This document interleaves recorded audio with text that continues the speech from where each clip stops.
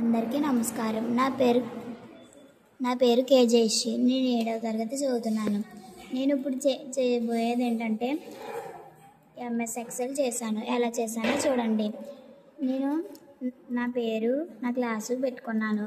Type చేసుకున్నాక serial number, name of the student, 6 subject marks type చేసుకున్నాక student names, 10 student names type చేసుకున్నాక total, average, minimum, maximum, rank ఇవి ఇప్పుడు చేస్తాను. ఎలా చేస్తానో చూడండి.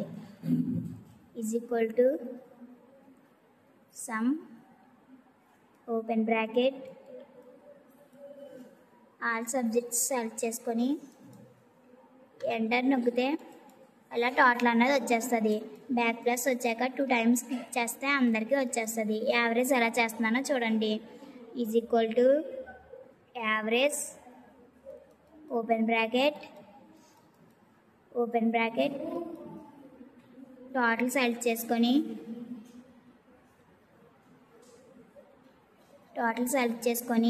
బై 6 కొడితే ఎంటర్ నొక్కితే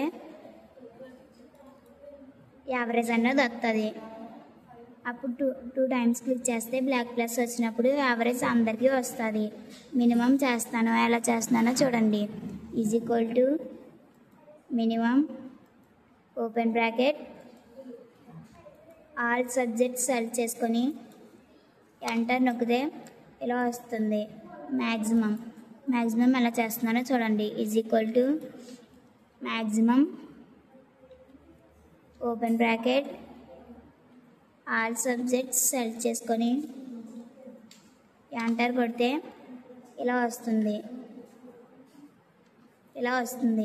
అప్పుడు మినిమం, మ్యాక్సిమం సెలెక్ట్ చేసుకొని రెండు ఒకసారి 2 టైమ్స్ క్లిక్ చేస్తే బ్లాక్ ప్లస్ వచ్చినప్పుడు 2 ఒకసారి వచ్చేస్తాయి.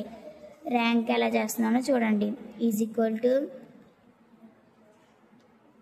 Rank, open bracket, total select చేసుకొని కామా పెట్టుకొని స్టూడెంట్ అన్ని టోటల్స్ టోటల్ చేసుకొని